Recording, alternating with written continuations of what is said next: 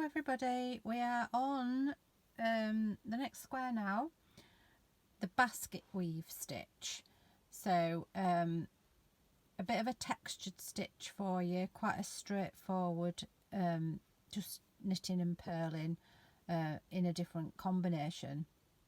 I was going for a cosy look with this one, so that was the kind of thing that I was looking for when I started looking for a stitch to use.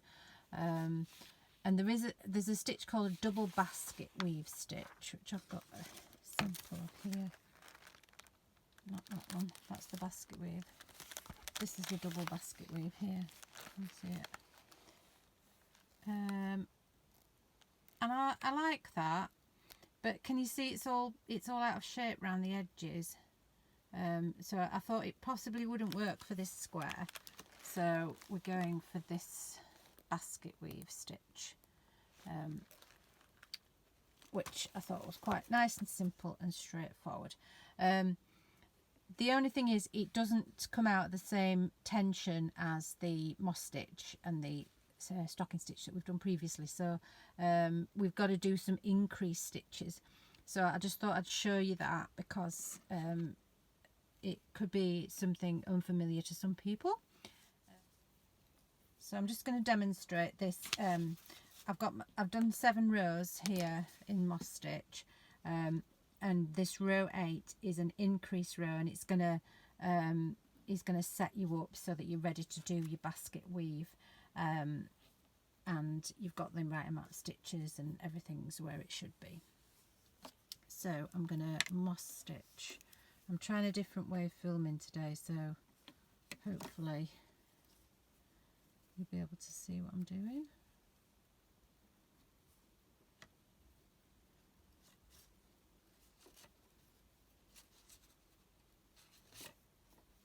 Just moss stitching these first 5 stitches that we always do. And then I'm going to read it from the pattern.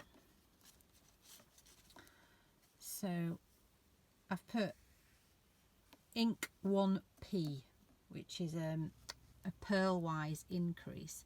So I'm going to bring my yarn forward because I'm purling. I'm going into that stitch to purl it.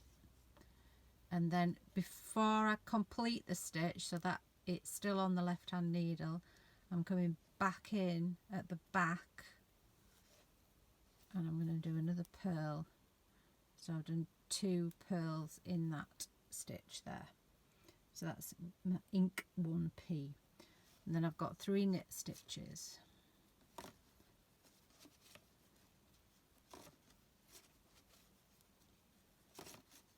So it's not very exciting, this bit, but we just need to get it done. And then I've got ink 1 knit, so I'm going to do the same thing again. So needle in, yarn round, and then don't take that bit off the left hand needle, put your needle back in at the back and knit. Then I've got purl 3. So if this is unfamiliar to you, maybe just watch this video and then try and do it, then try and watch it back again and while you're doing it. So I've got I need to do another knitwise increase. So I'll show you again. In there, yarn round. Don't take that bit off.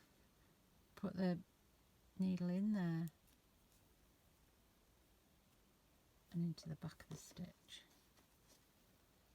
Ink 1 knit. Then I've got knit 3.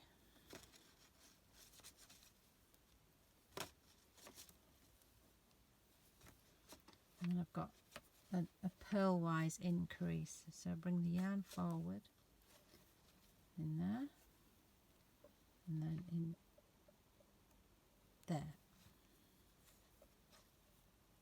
Purl. So do a purl-wise increase. And then I'm going to purl 1 stitch, and then I'm going to knit 2 stitches. None of this is making much sense, but you just follow what it says on the piece of paper that you've got, or on your screen, or wherever, however you're doing it. Now I've got a knitwise increase again, so in there and like that into the back of there and like that, and then I've got to knit 1 and purl 2,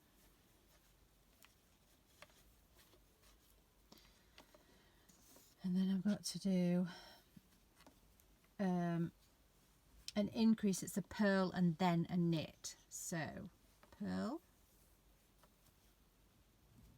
and then take the yarn to the back, put the needle in the back of the stitch and knit, and then knit 3,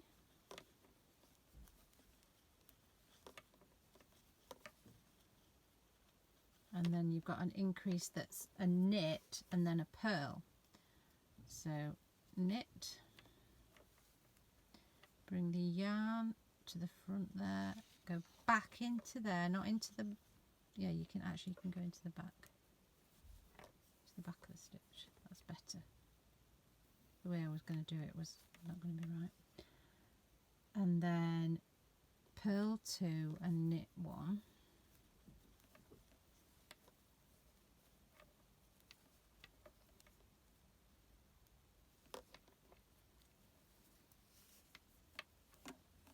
And then a knitwise increase,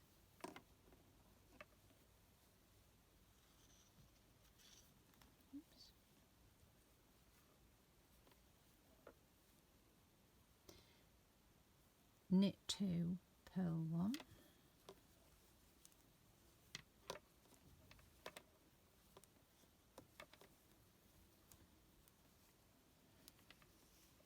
a purlwise increase, there, and back into that. Just going to get it in there. That's it. Like that. And then knit 3. We're nearly there now.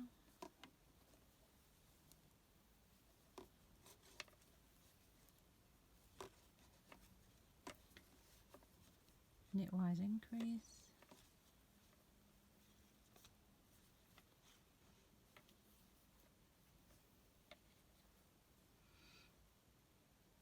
Purl 3,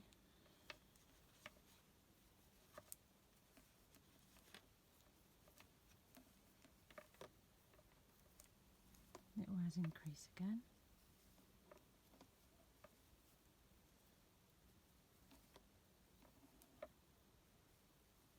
like that, and then knit 3,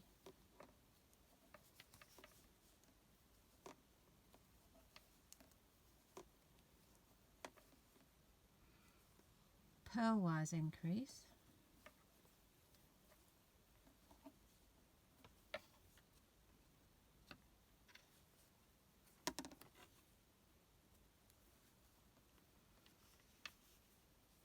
purl 1, knit 2,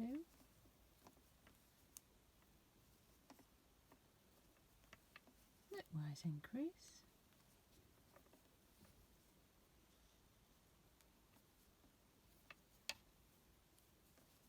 and then I should have 5 stitches left to do a moss stitch in, and I have.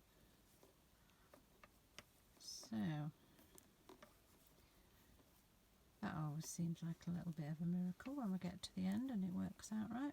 So what I need to do now is I need to check that I've got 72 stitches. So I'd always just count your stitches before you go on to the next row.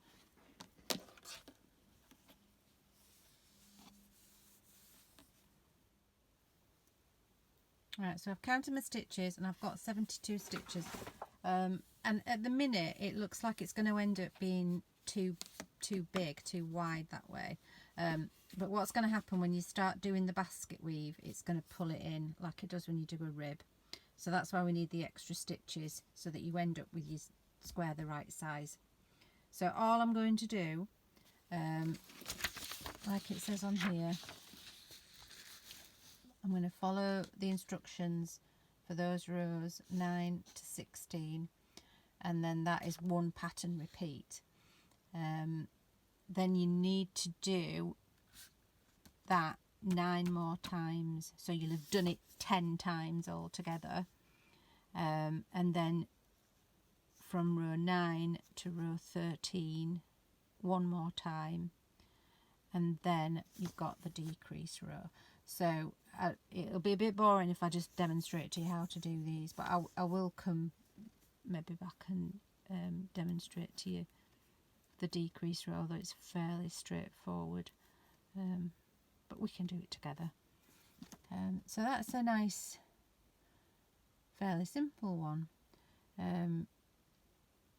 Just make sure you're keeping track of your rows, and that you do that pattern repeat 10 times, and then another little bit.